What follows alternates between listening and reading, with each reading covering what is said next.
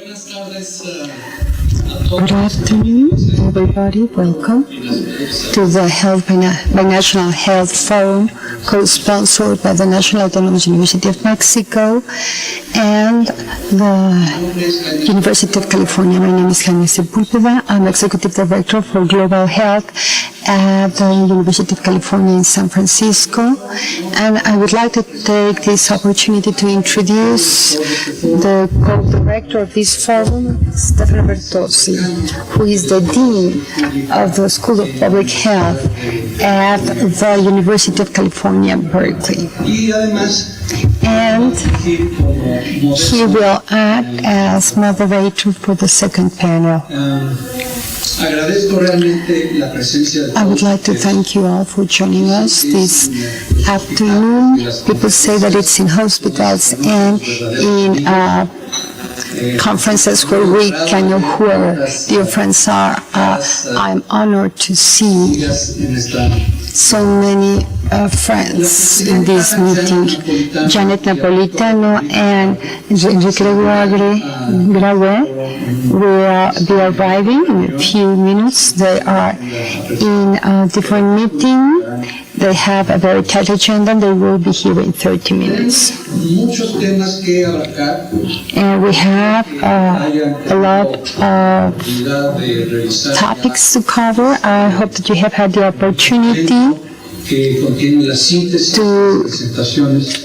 see the document that has a summary of the presentations for this afternoon, and we don't have much time. Therefore, I would like to briefly introduce the objectives of this forum, and I would start by the subtitle or the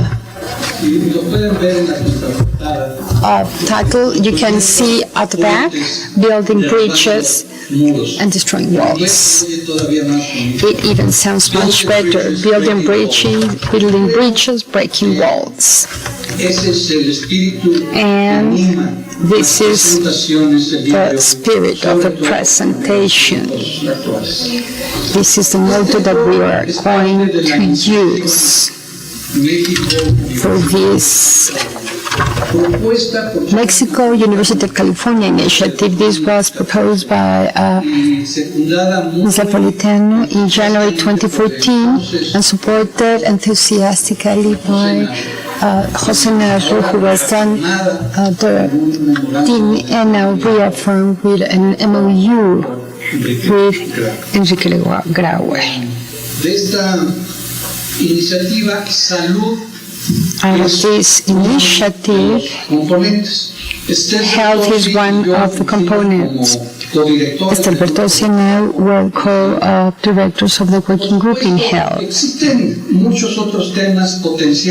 There are many other potential topics of interest in the Mexico-U.S. relationship: trade, education, energy, agriculture, security, climate change, to mention a few of them. And these are just a few of the many topics which are very important, but health is of utmost importance, according to me, because of several reasons. First, healthcare is the largest industry today in the U.S. economy, almost 20% of the GDP, and according to my friend Eduardo González-Pierre, it is the second industry in the Mexican economy.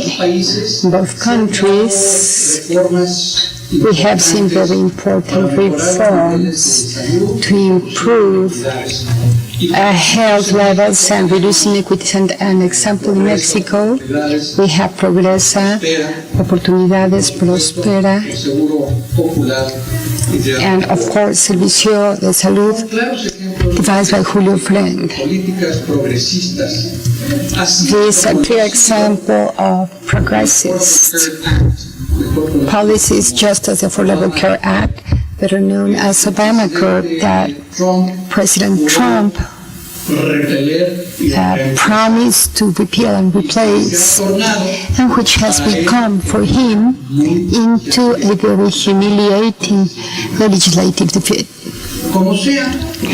Anyway, it is very possible that his administration will make new attempts to undermine the benefits of Obamacare. And therefore, I believe that we universities must understand and anticipate the different consequences. It's obvious to remember that historically the relationship between Mexico and the United States has been complicated. We have had all the way from armed conflicts with loss of territory through diplomatic cold relations, as well as a lack of understanding and mutual mistrust. What Alan Ryden described in his book, Distant Neighbors, more than 30 years ago. However, as a result of the implementation of NAFTA, North America Free Trade Agreement, in 1994, through a growing globalization and a lot of diplomatic efforts, the integration of North America as a large regional economy was taken for granted. And it was not only the Mexico-U.S. trade exchange, which grew 5 times as a result of NAFTA, but tourism, surveys, intelligence exchange, just to mention a few factors, have had as a consequence a notable improvement in the bilateral relationship. Therefore, the result of the U.S. elections last November the 8th is, according to me, a serious threat for a more harmonious relationship, namely the unfair aggressions of the Trump administration towards Mexico, which have brought us back to a climate of bilateral tension that we had not seen in the last 100 years, and therefore the need of the motto of this meeting, which is rebuilding bridges and breaking walls. Now, why emphasizing the case of California?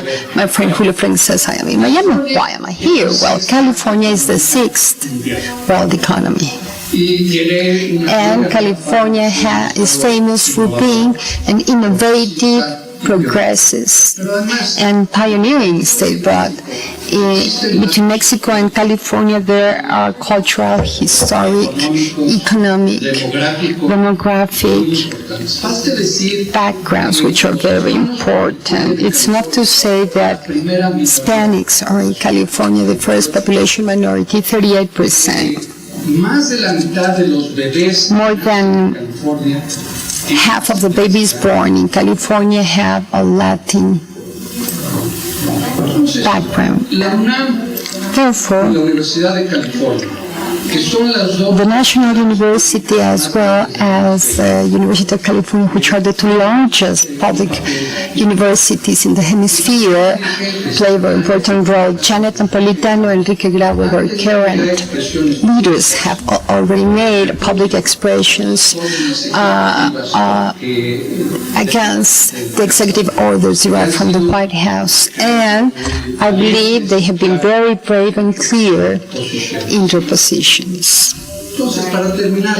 And this is an academic forum to close, but it also has a political interest. It concentrates on relevant topics related to public health both for Mexico and the United States. We are making special emphasis on California because of the aforementioned reasons. Why are we organizing such forum? Because we want to demonstrate our solidarity to the Mexican population in California as well as other states of the United States. We want to demonstrate the strength of our links, and we want to support any movement to create new alliances. We believe that the force or the strength of ideas should prevail on forced dogmatisms. In summary, we want to build bridges and break walls. Now I would like to invite the distinguished members of the first panel to take their seats so as to formally open this forum.